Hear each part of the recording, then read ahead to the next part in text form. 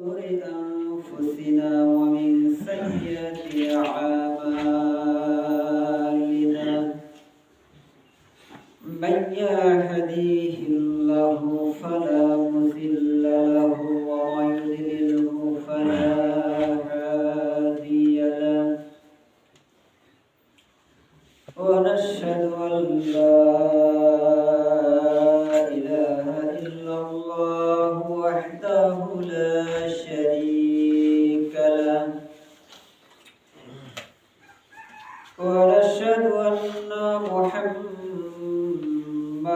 عبده ورسوله أما بعد فإن خير الحديث كتاب الله وخير الحديث محمد صلى الله عليه وسلم وشر الأمور محدثاتها وكل محدثة بدعة وكل بدعة ضلالة وكل ضلالة في النار.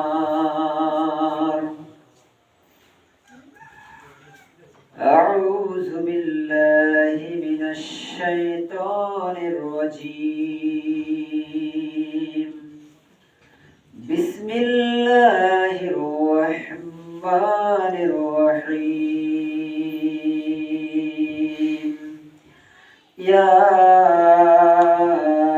أيها الذين آمنوا اتقوا الله حق تقاته ولا تموتن إلا وأنتم مسلمون.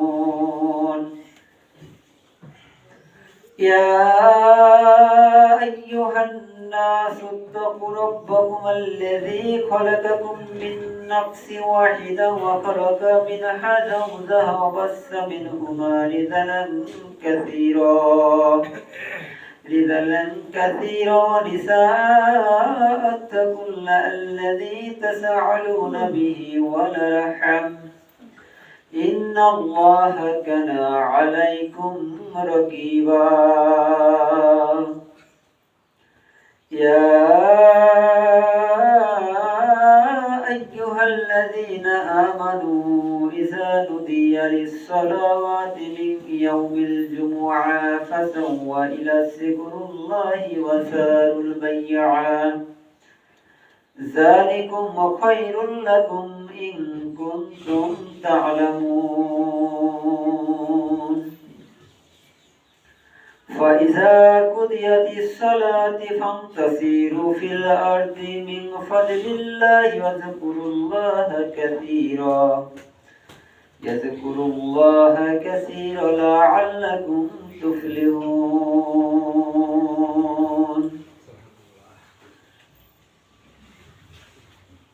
عن هريرة رضي الله عنه قال قال رسول الله صلى الله عليه وسلم الأحد الذي بين وبينهما صلاة فمن ترك فقد كفر.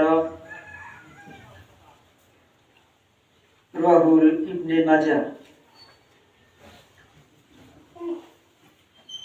عمرو بن شعيب رضي الله عنه قال قال رسول الله صلى الله عليه وسلم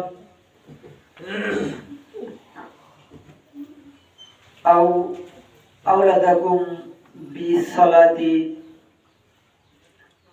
رواه أبو داود. আলহামদুলিল্লাহ, সমস্ত প্রশংসা, সমস্ত গুণগান, সমস্ত ইবাদত সেই মহান রব্বুল আলামিনের জন্য, যিনি আমাদেরকে এক সপ্তাহ পরে আবারও তার ইবাদতের জন্য তাই মসজিদ ঘরে আসার তৌফিক দান করেছেন। এজন্য সবাই বলি আলহামদুলিল্লাহ। আলহামদুলিল্লাহ হামদান কাসীরান তাইয়িবান মুবারাকান ফি। আল্লাহ সুবহানাহু ওয়া তাআলা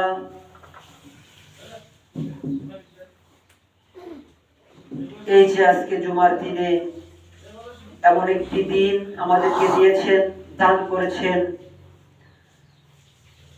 তা রাসূল সাল্লাল্লাহু আলাইহি ওয়াসাল্লাম বলছেন যে জুমার দিনে তোমাদের হজের নেকি দান করা হয়। সুবহানাল্লাহ। এই যে মানুষগুলোর কাজ শেষ হয় না, জুমার দিনেও মানুষ পিছনে পড়ে থাকে। আজ যে মানুষগুলো সপ্তাহে 6 দিন কাজ করে যাদের সংসার চলে না, তাহলে জুমার দিনে একদিন কাজ করে কিভাবে তারা সংসার চালাবে? তাহলে বোঝা যায় ওই লোকগুলো যদি চিরজীবনে কাজ করে থাকে, কর্মের মধ্যে লুকিয়ে থাকে, এরপরে তাদের অভাব আল্লাহ দূর করবেন না। এটাই সত্যি কথা। তাই আল্লাহ সুবহানাহু ওয়া তাআলা বলছেন, ইযা নুদিয়া লিস-সালাওয়াতি মিন ইয়াউমিল জুমুআহ, যখন তোমাদেরকে জুমার দিনে ডাকা হয়, ওয়াফাসাউ ইলা যিকরুল্লাহি ওয়া জারুল বাইআ, তোমাদের বেচাকেনা, তোমাদের কাজকর্ম ফেলে দিয়ে সবকিছু স্থগিত রেখে, ওয়া জারুল বাইআ যালিকুম খায়রুল লাকুম ইন কুনতুম তা'লামুন, যালিকুম খায়রুল লাকুম, ওইটা খায়রুল লাকুম, তোমাদের জন্য উত্তম। কোনটা? জুমার দিনের দিবস তোমাদের জন্য উত্তম। খায়রুল লাকুম ইন কুনতুম তা'লামুন, যদি তোমরা বুঝতে এই জুমার দিনের কত ফজিলত রয়েছে। তাহলে তোমরা মাঠে ঘাটে পড়ে থাকতে না। আল্লাহর ইবাদত করার পরে আল্লাহ সুবহানাহু ওয়া তাআলা বলছেন, ফাইযা কুদিয়াতিস সালাতি ফান্তাসিরু ফিল আরদি, অতঃপর যখন তোমাদের সালাত শেষ হবে তখন কি করবে? ফিল আরদ, ফি শব্দের অর্থ হচ্ছে মধ্যে, আরদ মানে জমিন, জমিনের মধ্যে তোমরা কি করো? ফিল আরদি ইফতাগি মিন ফাদলিল্লাহি ওয়াজকুরুল্লাহ কাসীরা, তোমার আল্লাহর তোমাদের জন্য রুজি রোজগারের জন্য ছড়িয়ে পড়ো এবং আল্লাহকে অধিক স্মরণ করো, বেশি বেশি স্মরণ করো। তাহলে আল্লাহ সুবহানাহু ওয়া তাআলা তোমাদেরকে আল্লাহর জিকিরের মধ্যে তোমাদেরকে যখন তুমি লিপ্ত থাকবে, আর আপনার যখন ইবাদত করার পর যখন মাঠে নামবেন, আপনার রুজি রোজগারের উদ্দেশ্যে অন্বেষণের জন্য আল্লাহ সুবহানাহু ওয়া তাআলা বলেন তাদেরকে আমি রুজি রোজগার দিয়ে থাকি। সুবহানাল্লাহ। আপনি বলছেন যে আমি তো না খেয়ে নেই, আমি তো খেয়ে রয়েছি, আমি যদি সালাত আদায় না করি তারপরেও আমি খেয়ে আছি। আল্লাহ রাসূল সাল্লাল্লাহু আলাইহি ওয়াসাল্লাম বলছেন, যেই ব্যক্তি জুমার দিনের অন্য সময়ের কথা বলে নাই, অন্য দিনের কথা বলে নাই, শুধু বলেছেন জুমার দিনে যে ব্যক্তি যখন ইমাম মুয়াজ্জিন যখন আযান দেবে, আযান দেওয়ার পরে কোন ব্যক্তি যদি তার জমিনে একটি কূপ দেয়, একটু কূপের মাধ্যমে যদি 1 টাকা ইনকাম হয়, 1 টাকা যদি তার সম্পদের মধ্যে মিলিত করে, এক জায়গায় করে, তার সমস্ত সম্পদ নষ্ট করে দেবে। কি বললেন? সুবহানাল্লাহ বললেন।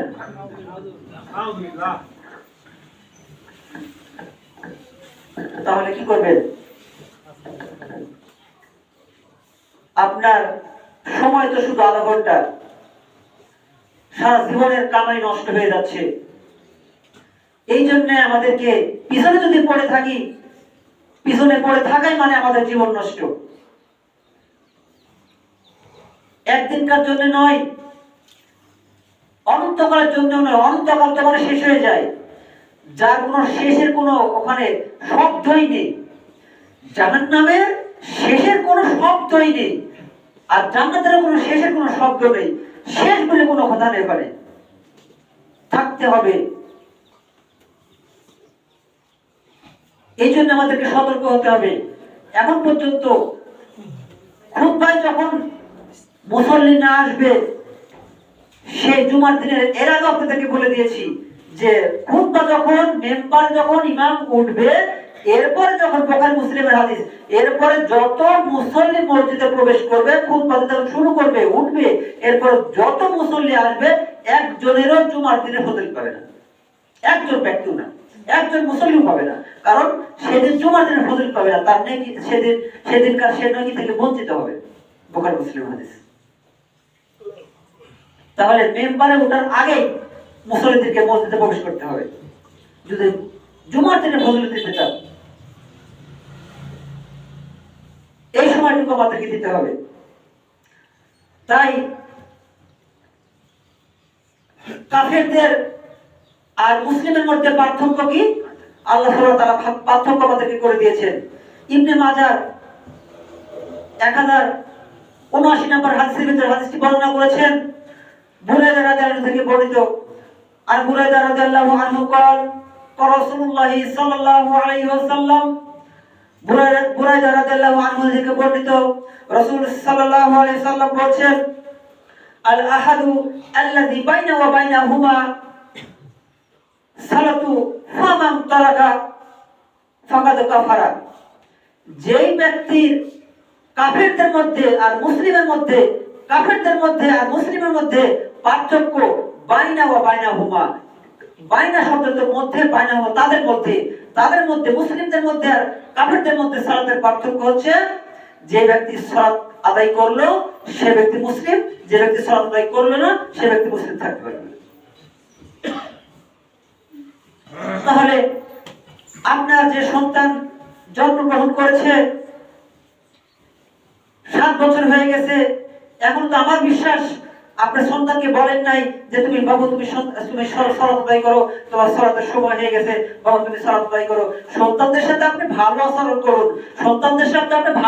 করুন, যদি আপনার সন্তানের সাথে আপনি মিষ্টিভাবে কথা বলেন, সুন্দর আচরণ করেন, আপনি ওই সন্তান থেকে সুন্দর আচরণ পাবেন ইনশাআল্লাহ, আমার বিশ্বাস। আপনার সন্তানের সাথে মুখ খারাপ করে কথা বলবেন, আপনার সন্তানের সাথে গালাগালি করবেন, আপনার সন্তানকে ধমক দিয়ে কথা বলবেন, অশ্লীল ভাষায় কথা বলবেন, কর্কশ ভাষায় কথা বলবেন, দেখবেন আপনার সন্তান একদিন দেখতে আপনাকে এমন একটা উত্তর করবে, আপনাকে বেইজ্জত করে ফেলবে মানুষের কাছে। আর সন্তানের সাথে সুন্দর আচরণ করবেন, সুন্দর আচরণ দিয়েই আল্লাহ রাসূল সাল্লাল্লাহু আলাইহি ওয়াসাল্লাম বলেন, এটা কোরআনের আয়াত এবং হাদিসেও রয়েছে, রাসূল সাল্লাল্লাহু আলাইহি ওয়াসাল্লাম বলেন, যখন তোমাদের সাথে মানুষ খারাপ আচরণ করে, তোমার ভিতরে যে সুন্দর আচরণ আছে সেই আচরণ দিয়ে তাকে বন্ধু বানিয়ে নাও। সুবহানাল্লাহ। তাহলে বলে নাই যে তুমি তাকে ধমক দিয়ে বন্ধু বানিয়ে নাও, তার সাথে খারাপ আচরণ করো, তুমি যে উনি যে তোমার সাথে খারাপ আচরণ করেছেন তুমি তার সাথে খারাপ আচরণ করো, এই কথা বলে নাই। তার সাথে সুন্দর আচরণ করে তাকে বন্ধু বানিয়ে নিতে বলেছেন। সুবহানাল্লাহ। এই জন্য আমাদেরকে সুন্দর আচরণ করতে হবে। রাসূল সাল্লাল্লাহু আলাইহি সাল্লাম বলেছেন, আবু দাউদের 459 নম্বর হাদিসের ভিতরে হাদিসটি বর্ণনা করেছেন আমর ইবনে সুহাইব থেকে বর্ণিত। তিনি বলেন, আমার পিতা থেকে আমি শুনেছি রাসূল সাল্লাল্লাহু আলাইহি সাল্লাম বলেন, আওলাদুকুম বিসসালাতি, তোমার সন্তান যখন 7 বছরে উপনীত হবে, তোমার সন্তানকে বলো, আব্বু তুমি সালাত আদায় করো, বাবা তুমি সালাত আদায় করো, আমার সোনা তুমি সালাত আদায় করো। তুমি যদি সালাত আদায় না করো তাহলে আল্লাহ তোমাকে পাপ লিখবে, তোমার পাপ দিবে, আল্লাহ সুবহানাহু ওয়া তাআলা তোমাকে জাহান্নামে প্রবেশ করাবে।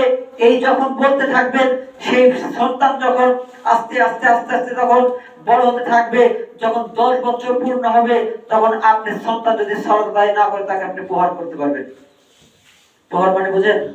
রাসূল সাল্লাল্লাহু আলাইহি ওয়াসাল্লাম বলেছেন তাকে আপনি মারতে হবে, এমন ভাবে মারবেন যে মারতে ফাটিয়ে ফেলেছেন, আপনার সন্তানকে মেডিকেল করে ফেলেছেন, এভাবে মারতে নিষেধ করেছেন রাসূল। আপনি যাতে মারেন সেই জায়গা যেন জখম না হয়।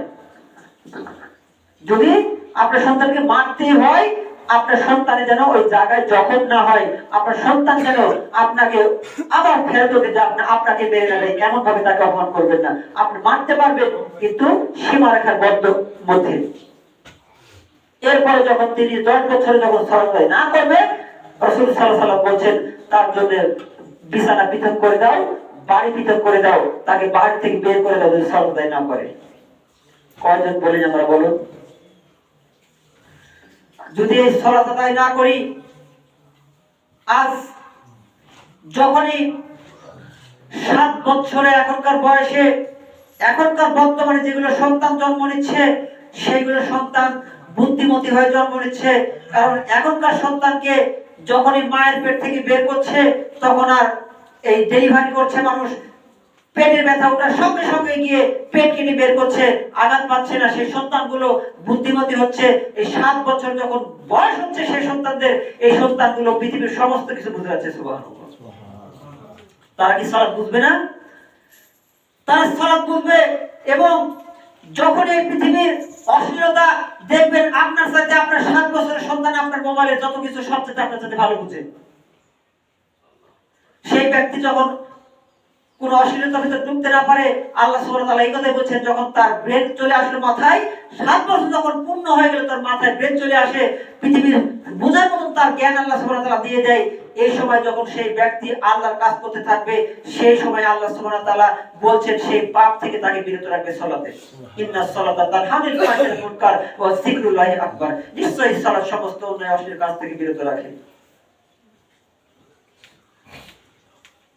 আপনি যদি প্রতিনিয়ত আপনার সন্তানকে একদিনও না বলেন যে বাবা তুমি সালাত আদায় করো, আব্বু তুমি সালাত আদায় না করো না, এই কথা তো আপনার মুখ থেকে একদিনও তো শোনা যায় না যে আব্বু তুমি সালাত আদায় করো, তুমি সালাত আদায় করেছো, তোমার আম্মুর সাথে সালাত আদায় করেছো, ফজরের সালাত আদায় করেছো, এই কথা একদিনও তো শোনা যায় না মুখ থেকে। তাহলে আপনার সন্তান, আপনি নিজে তো সালাত আদায় করেন না, তাহলে আপনার সন্তানকে কিভাবে বলবেন? আপনি বিড়ি খাচ্ছেন, আপনার সন্তানও বিড়ি খাচ্ছে, আপনার সন্তানকে যদি বলেন যে বাবু তুমি বিড়ি খেও না, বিড়ি খাওয়া খারাপ, যদি আপনি খারাপ হতেন তাহলে আপনি তো ছেড়ে দিতেন। আপনি তো মুখের জবাব নেই, আপনি আবার কিভাবে বলতে পারেন? আপনি তো নিজেই খাচ্ছেন, তাহলে আপনার সন্তান কিভাবে বন্ধ করবে? এই জন্য আমাদেরকে নিজে আগে সংশোধন হতে হবে, এরপরে তুমি নিজে বাঁচো, এরপর তোমার পরিবারকে আগে বাঁচাও। আল্লাহ সুবহানাহু ওয়া তাআলা আমাদেরকে সঠিক বুঝদার করে তৌফিক দান করুন, সকলে আমিন। রাসূল সাল্লাল্লাহু আলাইহি সাল্লামের যেগুলো সাহাবী আল্লাহ রাসূল সাল্লাল্লাহু আলাইহি সাল্লাম রেখে গেছেন, প্রত্যেকটি সাহাবীকে রাসূল সাল্লাল্লাহু আলাইহি সাল্লাম বলে গেছেন, তাদেরকে নক্ষত্রের সাথে তুলনা করেছেন। নক্ষত্র শব্দের অর্থ হচ্ছে আল্লাহর সৃষ্টি, যেগুলো তারকা দেখা যায়, চাঁদ দেখা যায়, এগুলোকে নক্ষত্র বলা হয়। এই নক্ষত্রগুলো হচ্ছে পবিত্র। সুবহানাল্লাহ। প্রত্যেকটি সাহাবী রাসূল সাল্লাল্লাহু আলাইহি সাল্লামের প্রত্যেকটি সাহাবী জান্নাতি হবে। সুবহানাল্লাহ। এরপর দুনিয়াতে 10 জন সাহাবীকে আল্লাহ রাসূল সাল্লাল্লাহু আলাইহি সাল্লাম 10 জন ব্যক্তিকে দুনিয়াতে জান্নাতি বলে ঘোষণা করে গেছেন। সেই সাহাবীগুলো যেগুলো বর্ণনা করছেন, রাসূল সাল্লাল্লাহু আলাইহি সাল্লাম কে সাহাবীরা স্বয়ং চোখে দেখেছে, ওই ব্যক্তিগুলো সুন্দর করে আলোচনা করছে এই সালাত সম্পর্কে, সিয়াম সম্পর্কে, যাকাত সম্পর্কে। এইগুলো যদি আমরা মেনে নিতে পারি, তাহলে ইনশাআল্লাহ আমরা সালাতে যদি সুন্দর করে সালাত আদায় করতে পারি। হাদিসটি বর্ণনা করেছেন এক সাহাবী, তিরমিজির 616 নম্বর হাদিসের ভিতরে হাদিসটি বর্ণনা করেছেন আবু মুআদ রাদিয়াল্লাহু থেকে বর্ণিত। আবু মুআদ রাদিয়াল্লাহু আনহু قال قال রাসূলুল্লাহ সাল্লাল্লাহু আলাইহি ওয়াসাল্লাম, আবু হুরায়রা ওমর রাদিয়াল্লাহু থেকে বর্ণিত, রাসূল সাল্লাল্লাহু আলাইহি ওয়াসাল্লাম বলেছেন, সাল্লু খামসুন, তোমরা 5 ওয়াক্ত সালাত আদায় করো, কারণ ওয়াসুমু শাহরাকুম, যে ব্যক্তি 5 ওয়াক্ত সালাত আদায় করবে, ওয়াসুমু শাহরাকুম, এবং রমজান মাসে সিয়াম পালন করবে, ওয়া আদা যাকাতা, যেই ব্যক্তি যাকাত আদায় করবে, রাসূল সাল্লাল্লাহু আলাইহি সাল্লাম বলছেন তার সমস্ত গুনাহ, যত তার গুনাহ রয়েছে, গুফিরা লাহু মা তাকাদ্দামা মিন জামবিহি, তার সমস্ত গুনাহ ক্ষমা করে দেওয়া হবে। সুবহানাল্লাহ। তাহলে যদি আমরা এই নিয়মে চলতে পারি, আমরা তো মানুষ, আমাদের ভুলভ্রান্তি হতেই পারে, চলার পথে ভুলভ্রান্তি হতে পারে, মানুষের সাথে কথা বলার সময় ভুল হতে পারে, মানুষের সাথে উঠা বসার সময় ভুল হতে পারে, প্রতিবেশীর সাথে কথা বলতে গিয়ে ভুল হতে পারে। এই ভুলগুলো সংশোধন করতে হলে আমাদের মুখে যখন অশ্লীল ভাষা আসতে পারে, খারাপ বাক্য আসতে পারে, যখন আমরা মানুষের সাথে আমাদের দুঃখতা হবে, রাগারাগি হবে, হানাহানি হবে, মারামারি হবে, আল্লাহ সুবহানাহু ওয়া তাআলা বলছেন যেই ব্যক্তি খারাপ কাজ করবে, এক ব্যক্তি রাসূল সাল্লাল্লাহু আলাইহি সাল্লামের কাছে প্রবেশ করলেন, তার সাহাবী প্রবেশ করলেন, সাহাবী প্রবেশ করার পরে তিনি বলেন, হাদিসটি বর্ণনা করেছেন আনাস রাদিয়াল্লাহু থেকে বর্ণিত।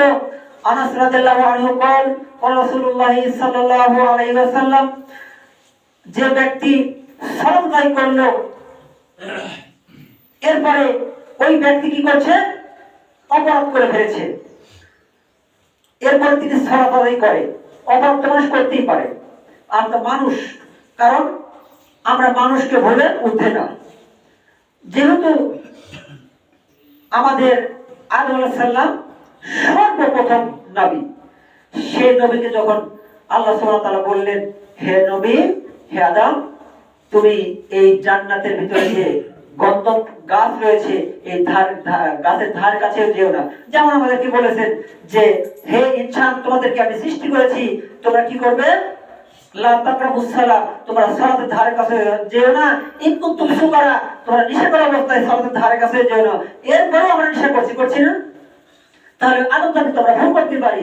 এই জন্য আমাদের আদম আলাইহিস সালাম ভুল করেছিলেন, অমান্য করেছিলেন আল্লাহ সুবহানাহু ওয়া তাআলার কথা। তাহলে আমাদের তো অমান্য হতেই পারে, আমরা তো মানুষ। আর আল্লাহ সুবহানাহু ওয়া তাআলা বলছেন, আমার বান্দারা যদি ভুল না করত, গুনাহ না করত, তাহলে আমি আরেকটি জাতি তৈরি করতাম, সেই জাতিগুলো ভুল করতো আর আমার কাছে তওবা করতো। সুবহানাল্লাহ। তাহলে আল্লাহ ভুল করছেন, ভুল করার পরে যদি তওবা করেন, এর চেয়ে বেশি আর কেউ খুশি হতে পারে না আল্লাহ সুবহানাহু ওয়া তাআলার মতো। সুবহানাল্লাহ। এত দয়াবান আল্লাহ সুবহানাহু ওয়া তাআলা। তাই সেই ব্যক্তি বলছেন, এক সাহাবী এসে বলছেন, আনাস রাদিয়াল্লাহু আনহু বর্ণিত, তিনি বলছেন যে এক সাহাবী এসে বলছেন যে রাসূলুল্লাহ, আমি হত্যাযোগ্য অপরাধ করে ফেলেছি। মানে সেই ব্যক্তি হত্যাযোগ্য শব্দের অর্থ হচ্ছে সে জিনা করে ফেলেছে। একথা বলে নাই, তিনি বলেছে, ইয়া রাসূলুল্লাহ, আমি হত্যাযোগ্য কাজ করে ফেলেছি, কিন্তু আমাকে আপনি খুব শাস্তি দিন। তখন রাসূল সাল্লাল্লাহু আলাইহি ওয়াসাল্লাম বলছেন যে তুমি সালাত আদায় করেছো? তখন সেই সাহাবী বলছেন, ইয়া রাসূলুল্লাহ, না, আমি সালাত আদায় করিনি। আসো তুমি আমার সাথে সালাত আদায় করো। এরপর যখন ওই ব্যক্তি সালাত আদায় করলো, সালাত আদায় করার পরে রাসূল সাল্লাল্লাহু আলাইহি ওয়াসাল্লামকে আবার বলছেন যে রাসূলুল্লাহ, আমি যে হত্যাযোগ্য কাজ করে ফেলেছি, আপনি আমাকে শাস্তি দিন। তখন রাসূল সাল্লাল্লাহু আলাইহি ওয়াসাল্লাম বলছেন যে তুমি সালাত আদায় করেছো, এটা তোমার পাপকে মিটিয়ে দিয়েছে। সুবহানাল্লাহ। তাহলে সালাত আদায় করবেন না? অবশ্যই করবেন। তো সালাত আদায় কখন করবেন? মাগরিবের সময় দেখি যে আপনারা টিভির আগে বসে আছেন, আদান হচ্ছে কখন? এইভাবে সালাত আদায় করলে সালাত হবে? এই জন্য আমাদেরকে সতর্ক হতে হবে। এই রাসূল সাল্লাল্লাহু আলাইহি ওয়াসাল্লাম প্রত্যেকটি যে হাদিস বলেছে এবং কোরআনের আয়াত যে আল্লাহ সুবহানাহু ওয়া তাআলা রাসূল সাল্লাল্লাহু আলাইহি ওয়াসাল্লামের উপর নাযিল হয়েছে, এই কারো কোনো ব্যক্তি একটি হাদিস ছাড়া কোরআনের ব্যাখ্যা করতে পারবে না। কারণ কোরআনের ব্যাখ্যাই হচ্ছে হাদিস। আর হাদিস এমন একটি বাক্য, প্রত্যেকটি হাদিস মানা যাবে না। কেন মানা যাবে না? কালকে এক ব্যক্তি আমার সামনে একটি মোবাইলে ওয়াজ বাজাচ্ছে যে আবু হানিফা আল্লাহ সুবহানাহু ওয়া তাআলাকে 100 বার দেখেছে। ইউসুফ আলাইহিস সালাম, ইউসুফ হচ্ছে একজন আবু হানিফার তার সঙ্গী ছিলেন, তার ছাত্র ছিলেন। তিনি আল্লাহ সুবহানাহু ওয়া তাআলাকে 99 বার দেখেছে। সুন্দর ওয়াজ করছেন। দেখুন, এইগুলো আলেমকে নিয়ে মানুষ মাতামাতি করে, এইগুলো আলেমকে বলে যে কত বড় আলেম, আর আমরা এইগুলো জায়গাতে কথা বলি, আমাদের কোনো সার্টিফিকেট নেই, এই জন্য বলে মুনাহেরা কিছু জানে না। রাসূল সাল্লাল্লাহু আলাইহি ওয়াসাল্লাম এবং হাদিসের ভিতরে এবং কোরআনের ভিতরে স্পষ্ট বলা হয়েছে যে সূরা সূরা 11 নম্বর আয়াতে বলা হয়েছে যে পৃথিবীর কোনো কিছু আল্লাহকে দেখবে না। পৃথিবীর কোন চক্ষু, পৃথিবীর কোন চক্ষু, চর্মচক্ষু হোক আর অন্তর্চক্ষু হোক, চর্মচক্ষু হোক আর অন্তর্চক্ষু হোক, চর্মচক্ষুর সাথে কিন্তু অন্তর্চক্ষুর ক্ষমতা বেশি, জানেন? জানেন তো মনে হয়।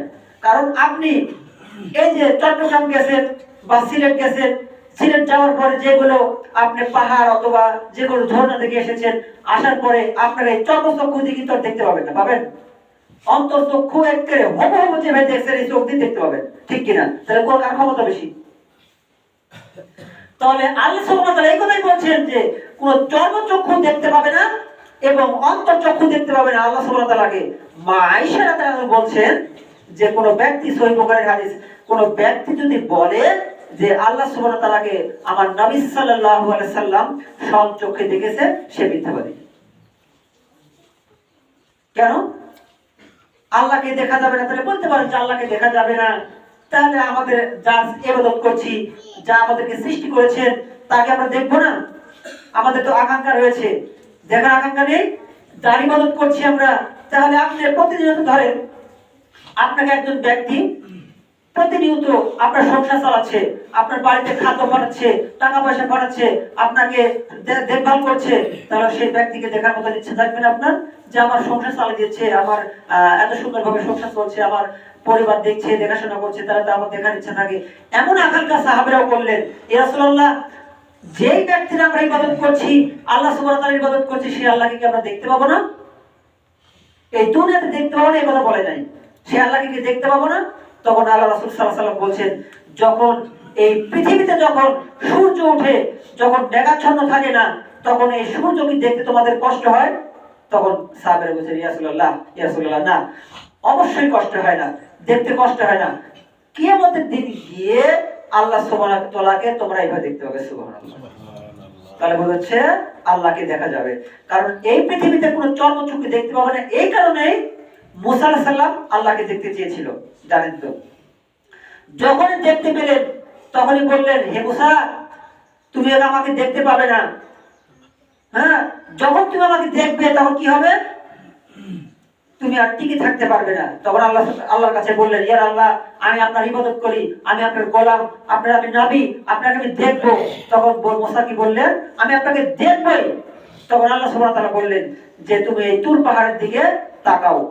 যখনই আল্লাহ সুবহানাহু ওয়া তাআলার একটি নূরের ঝলক দেখে তিনি, তার সাথে 100 জন সাহাবী ছিলেন, মুসা আলাইহিস সালামের 100 জন সাহাবী ছিলেন, সেই নূরের ঝলক দেখে 100 জন সাহাবী মৃত্যুবরণ করেছিল।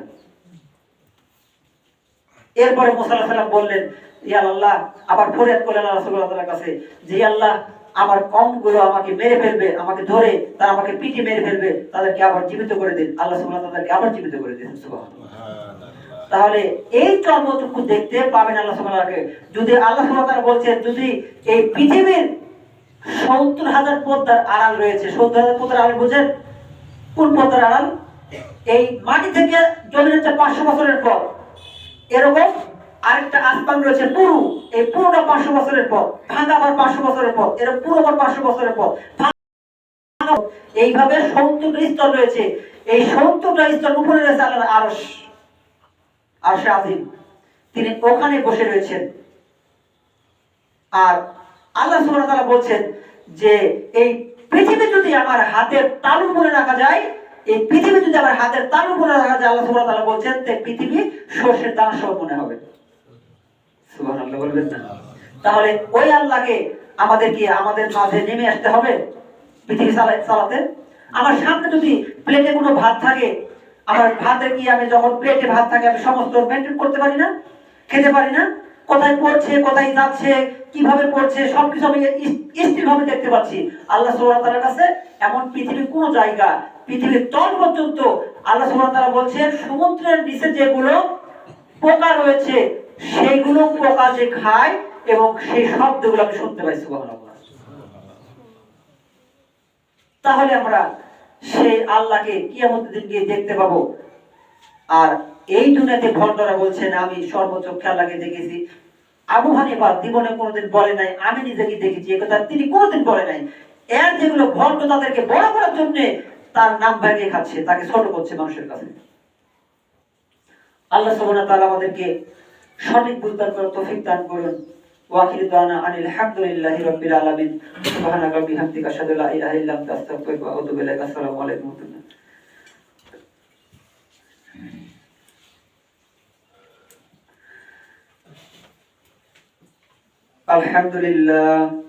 আলহামদুলিল্লাহ নাহমাদুহু ওয়া নাস্তাঈনুহু ওয়া নাস্তাগফিরুহু ওয়া নাউযু বিল্লাহি মিন শুরুরি আনফুসিনা ওয়া মিন সাইয়্যাতি আমালিনা।